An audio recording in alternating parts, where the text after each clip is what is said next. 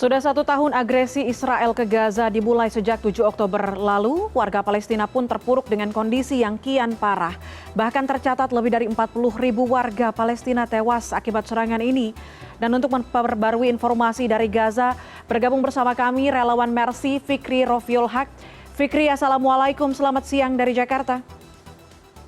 Waalaikumsalam warahmatullahi wabarakatuh. Selamat pagi waktu Gaza, Mbak Puspa.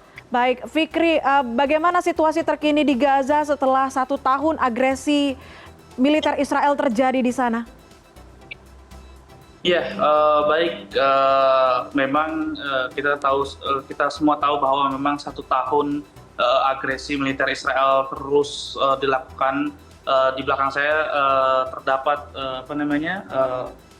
asap yang mengepul akibat pengeboman yang masih dilakukan sampai detik ini di jalur Gaza bagian utara, karena memang informasi yang kami dapatkan saat ini kami ada di komplek Rumah Sakit Indonesia yang ada di Gaza Utara, di mana Israel melakukan operasi daratnya atau operasi militer darat di jalur Gaza bagian utara pada Sabtu sore tanggal 5 Oktober 2024, sehingga dari hari Sabtu kemarin sampai hari ini operasi militer masih terus dilakukan oleh pihak Israel. Pemboman dan juga serangan demi serangan, rentetan tembakan juga masih terus kami rasakan di jalur Gaza bagian utara. Akibat serangan-serangan yang dilakukan oleh pihak Israel, terdapat 17 korban meninggal dalam 24 jam terakhir, di mana salah satu korban yang meninggal adalah seorang jurnalis, juru kamera kantor berita Al Jazeera.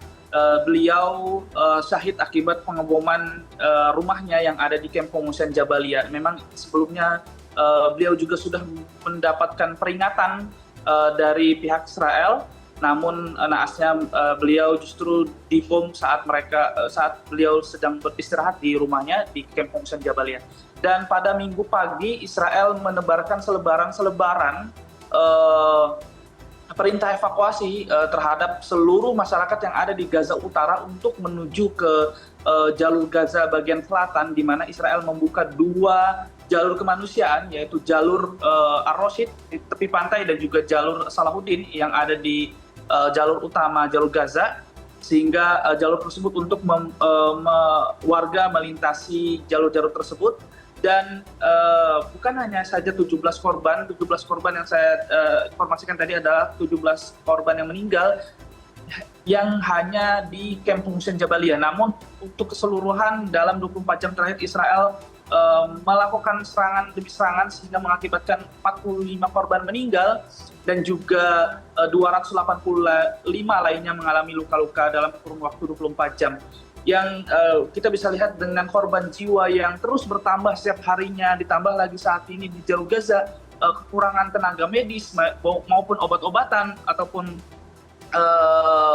peralatan-peralatan kesehatan lainnya, ditambah lagi saat ini border atau perbatasan Rafah juga masih belum dibuka untuk jalur kemanusiaan ataupun jalur bantuan ataupun jalur evakuasi, sehingga saat ini kondisi di jalur Gaza masih sangat sulit di tengah bombardir pihak militer Israel. Selain itu juga saat ini di jalur Gaza akan memasuki musim dingin, di mana beberapa kali sudah turun hujan sehingga banyak tenda-tenda yang kebanjiran, mereka tidak bisa tenang untuk beristirahat, dan mereka juga banyak sekali yang memang tidak mempunyai pakaian hangat yang dimiliki oleh masyarakat jalur Gaza. Baik, Fikri, berbicara soal tenda-tenda pengungsian, kemudian banyak masyarakat yang juga masih membutuhkan bantuan kemanusiaan. Apa yang Anda saksikan terkait dengan bantuan kemanusiaan yang diterima oleh warga Gaza sampai dengan saat ini? Apakah seiring dengan berjalannya waktu, seiring dengan berjalannya resolusi PBB, diskusi-diskusi kemanusiaan di internasional, apakah bantuan ini lebih mudah masuk ke Gaza?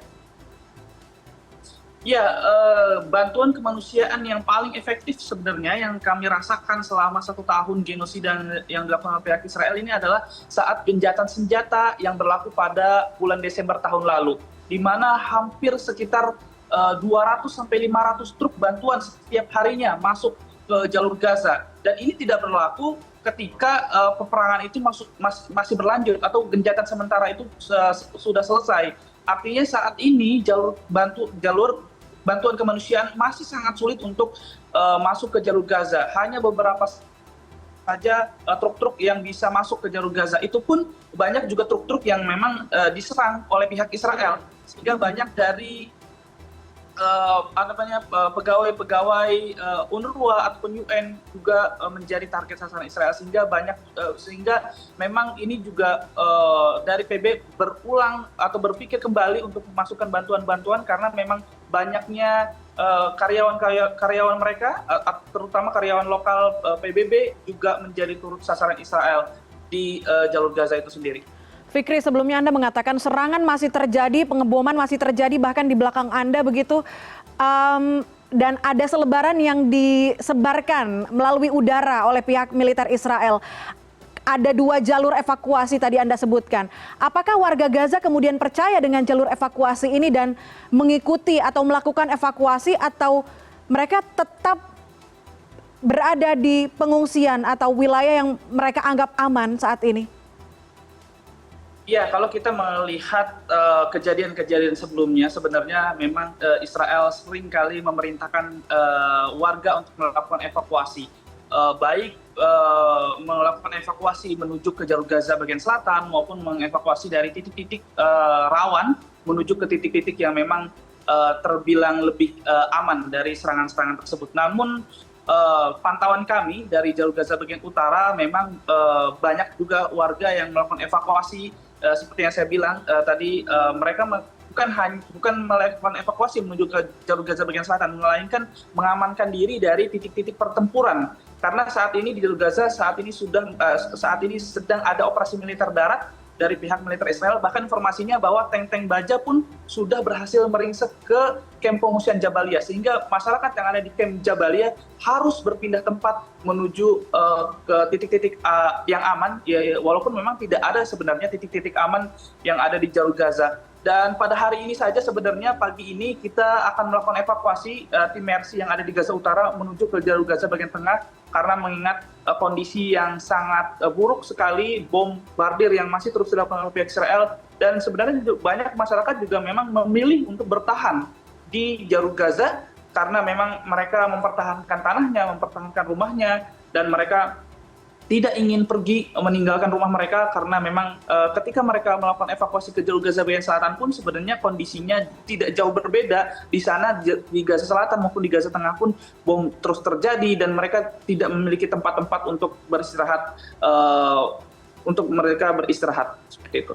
Fikri, warga Gaza mau tidak mau, suka tidak suka mengubah pola hidupnya untuk selalu siap dengan serangan yang masih terus terjadi. Bagaimana Anda melihat perubahan warga Gaza menjalani aktivitas sejak serangan terjadi 1 tahun lalu? Ya, tentunya ini membuat kesulitan yang dirasakan oleh masyarakat Gaza. Sebelum perang ini terjadi sebenarnya kegiatan masyarakat normal seperti masyarakat dunia pada umumnya. Mereka berbelanja, mereka bersekolah, mereka juga melakukan transaksi dan lain sebagainya. Namun pada 1 tahun genosida ini yang sangat-sangat disayangkan, seluruh anak-anak sekolah baik dari SD, SMP, SMA, bahkan mahasiswa-mahasiswa yang ada di universitas terpaksa berhenti bersekolah atau terpaksa mereka tidak bisa melanjutkan pendidikan mereka akibat serangan yang masih terjadi di jalur Gaza. Ini tentunya sangat sedih karena memang anak-anak jalur Gaza ini adalah penerus bangsa bagi bangsa Palestina, namun mereka tidak memiliki pendidikan yang layak, bahkan pendidikan mereka terpaksa harus berhenti, dan banyak masyarakat yang juga kehilangan rumahnya, kehilangan anggota keluarga mereka akibat perang yang masih terus dilakukan oleh pihak Israel. Tentunya ini membuat sedih untuk masyarakat Gaza. Semoga masyarakat Indonesia terus peduli terhadap masyarakat Palestina yang memang sampai saat ini masih terus merasakan penderitaan mereka akibat serangan Israel. Baik, Fikri, sebagai orang yang betul-betul menjadi saksi, membantu, menolong masyarakat Gaza untuk bisa meringankan sedikit beban mereka di sana, Fikri, apa memori yang mungkin tidak akan terlupakan sampai dengan saat ini?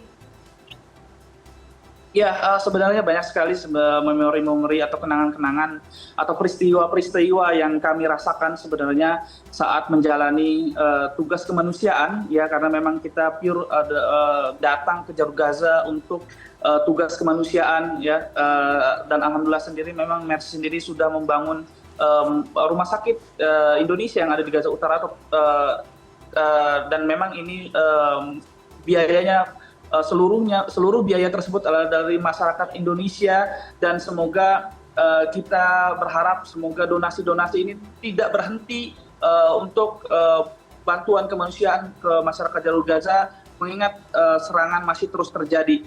Dan kalau berbicara dengan apa yang terjadi di Jalur Gaza, banyak sekali memori-memori. Salah satunya adalah ketika kami saat itu sedang digempur oleh militer Israel 50 meter saja dari rumah sakit, dan kami saat itu sebagai manusia kami takut, sangat-sangat takut, tapi ada seorang anak yang berkata kepada saya, tidak usah takut, kami berada di sisimu.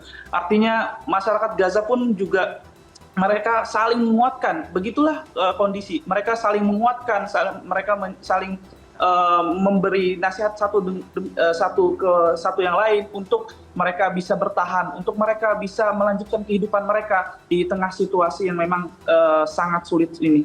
Baik, Fikri dan teman-teman relawan Mercy, terima kasih banyak atas dedikasinya membantu masyarakat Gaza untuk meringankan beban mereka di sana.